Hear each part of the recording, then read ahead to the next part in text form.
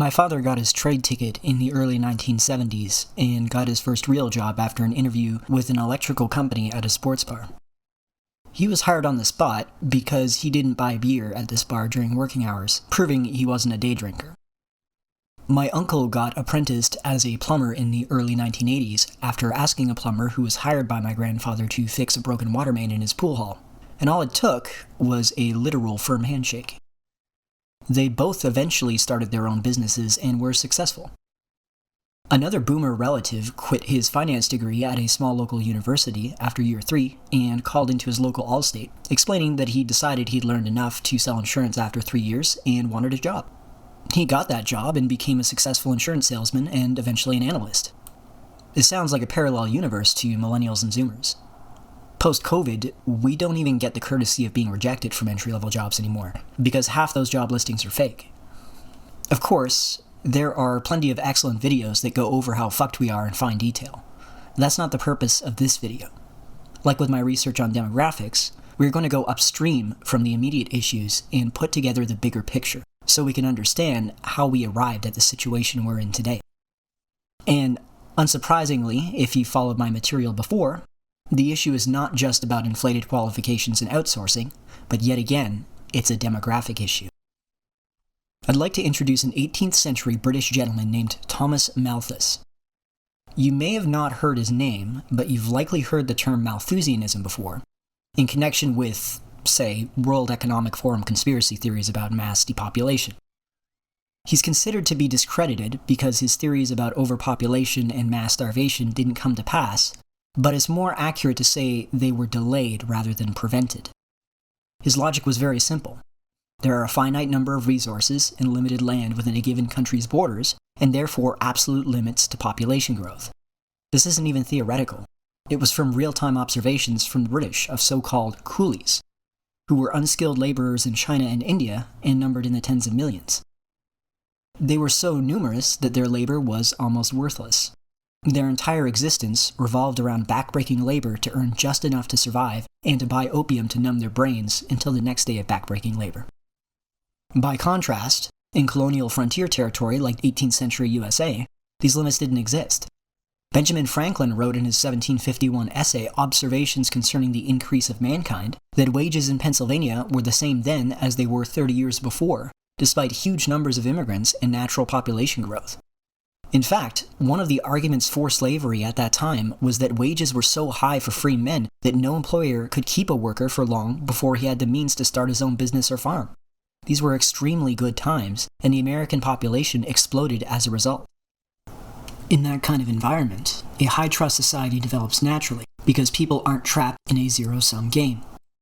The low-trust society is the opposite. Corruption is everywhere. People will cheat each other if they can. Public services are basically non-existent due to corruption or because of the tragedy of the commons, where people use up shared resources because if they don't, the others will. It's very similar to the prisoner's dilemma I described in my previous video. The scarcity or abundance of labor isn't just an economic issue. It completely transforms society. Because what is labor? It's human action. The value of labor is therefore the value of human action. This has particular importance to us as men because we don't have inherent value like women do. We are born having to justify our existence, and the primary way we do that is through our labor. So our value is directly tied to the value of labor in a way that the value of women is not. If you live in a country with a high value for labor, work itself will be seen as dignified, and the worker worthy of respect, regardless of what kind of work he does. This also impacts how women perceive men. As I said before, we derive our value from what we do, not what we are.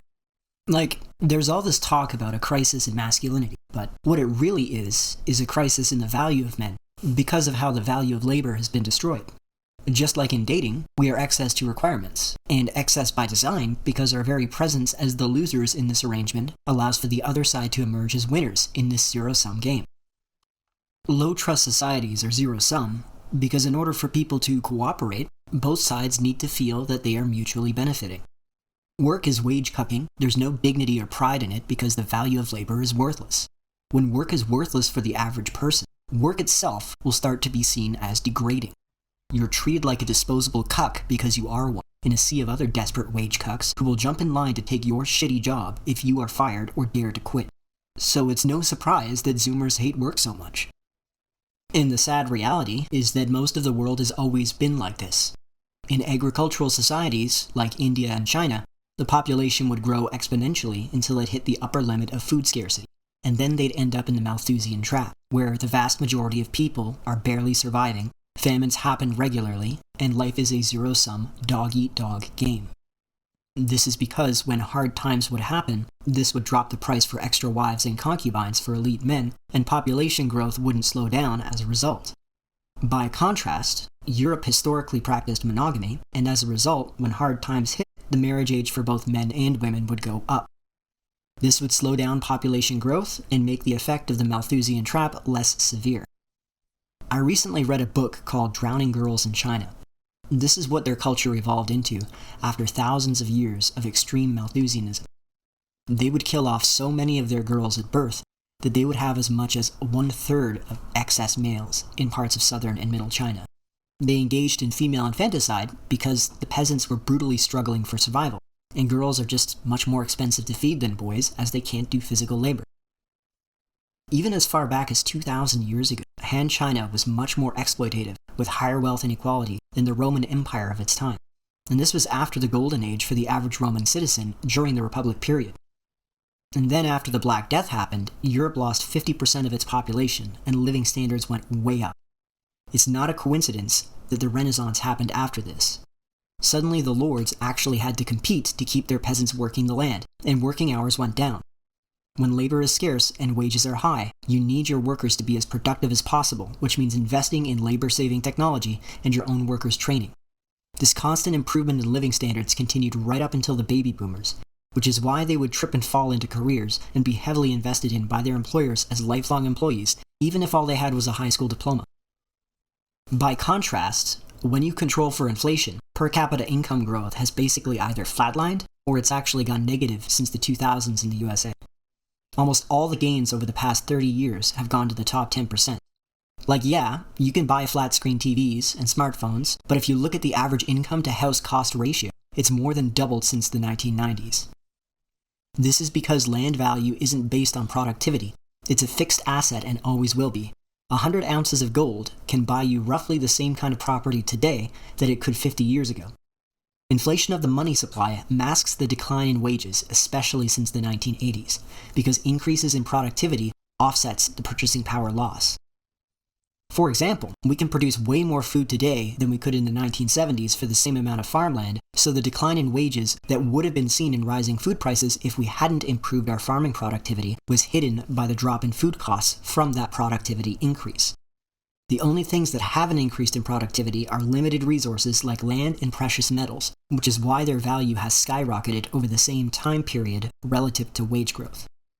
Malthus didn't realize we would get a hold on fertility, but capitalism is dependent on perpetual GDP growth because without it, investors don't have any justification for risking their capital in the investment markets. So they pull their liquidity and capitalism goes pop. There's no problem so long as you have quality of life improvements that capitalism can profit off of. So long as you can improve infrastructure, health, food, and people's living conditions generally, the economy can keep growing as people will actively buy up those goods and services. But what happens when everyone has a house, a car, a dog, and a cat, and the white picket fence? This is where America and the West generally was by the 1970s and early 1980s. You've maxed out the demand side of the economy because everyone has what they need. Therefore, you can't keep growing at the same rate you were before. But we still need perpetual GDP growth. So where do you find that growth? There are two areas.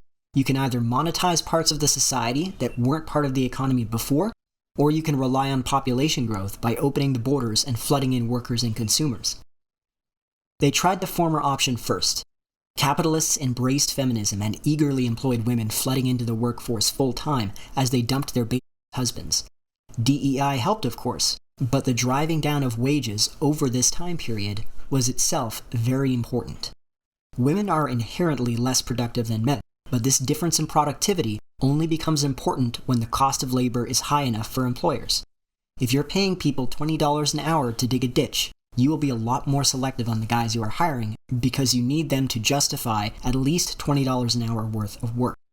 If you're only paying $10 an hour, you get the same value for money by hiring 2 guys who are half as productive. So the floor for productivity goes down, and women become more competitive compared to men. But take the male chauvinist pig. If you have a law that he must pay the woman and the man the same, and if he can find some way around having to hire the woman, he gets away free.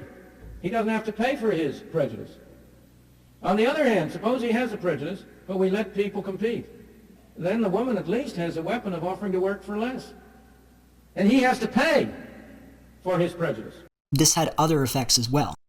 With women out of the house, home cooking became less and less common, and it had to be replaced with for-profit food services. Because for-profit food services only have the profit incentive, they can ignore things like nutrition and focus on tastiness, which is a big part of why Americans are such f***s now. The obesity rate started shooting up in 1980, which is about halfway through the spike in marriage-aged American women entering the workforce full-time. We also saw the breakdown of traditional communities centered around religion. This is important because before the boomers, men and women met through churches which were, of course, not run for profit. This got replaced with bars and clubs by the 1970s, which introduced market forces into dating. The collapse of wages levels the playing field for men relative to women, and because women always want to breed upwards, if you are equal to women in income, they won't be interested in you.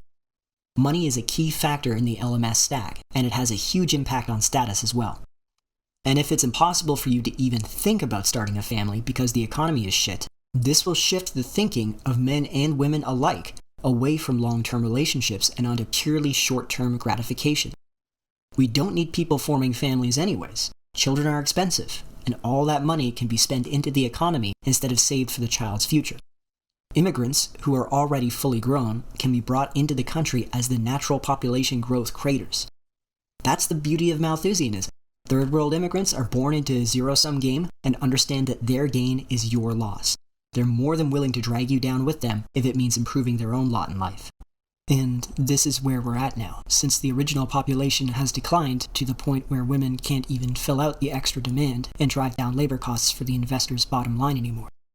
We can't compete with China's labor costs, so we need to flood our countries with Indian and other third world economic immigrants in a race to the bottom. When you're living in a Malthusian hellscape, where you pass people literally dying on the streets, your entire mentality changes and you become focused on survival for yourself and your family. It's just like when there's a scarcity of women compared to men. Men become much more ruthless, cutthroat, and degenerate to acquire or poach women. Everyone loses their standards and sense of decency. No woman is off limits, whether she's in a relationship or even married. And as I said in my previous video, this creates a low-trust environment when it comes to relationships. The same logic holds true for the economy as well. The zero-sum element has to be taken by one side or the other. Increasing the value of labor through scarcity directly increases the costs on employers, which reduces their profit margin and forces them to be more competitive to stay in business. The capital-owning class is always a tiny percent of the economy. Forcing them to be more competitive still benefits everyone, even if they aren't able to compete due to high labor costs. The worst that can happen is that they go bankrupt and end up with the working class, who have a high standard of living in this situation anyways. They can even try again later because the high wages will allow them to save enough capital for another investment. The skill floor for business owners increases, which is a good thing. The consumer doesn't benefit from midwits running half-assed businesses and scraping by thanks to low wages. But if the zero-sum game gets forced onto labor, the alternatives are competing with other workers until you're barely above slaves, or just starving to death. Oligarchs, like Musk, only care about arbitraging their labor and training costs as much as possible. As a billionaire who was born rich, he has no connection to normal life whatsoever. Consider this. You have to wage cook to feed and house yourself, and your ambitions are strictly limited by where you started from. For billionaires, working is optional, and their ambitions are only limited by their ability to get other people to do what they want. You might have noticed a conflict of interest here. In order for Musk to get what he wants, he needs to make sure our own life goals don't get in his way, and he does that by making our position as weak as possible relative to his. The fact that so many immigrants see themselves as separate from the original population is icing on the cake, because they'll become politicized towards each other instead of the oligarchs.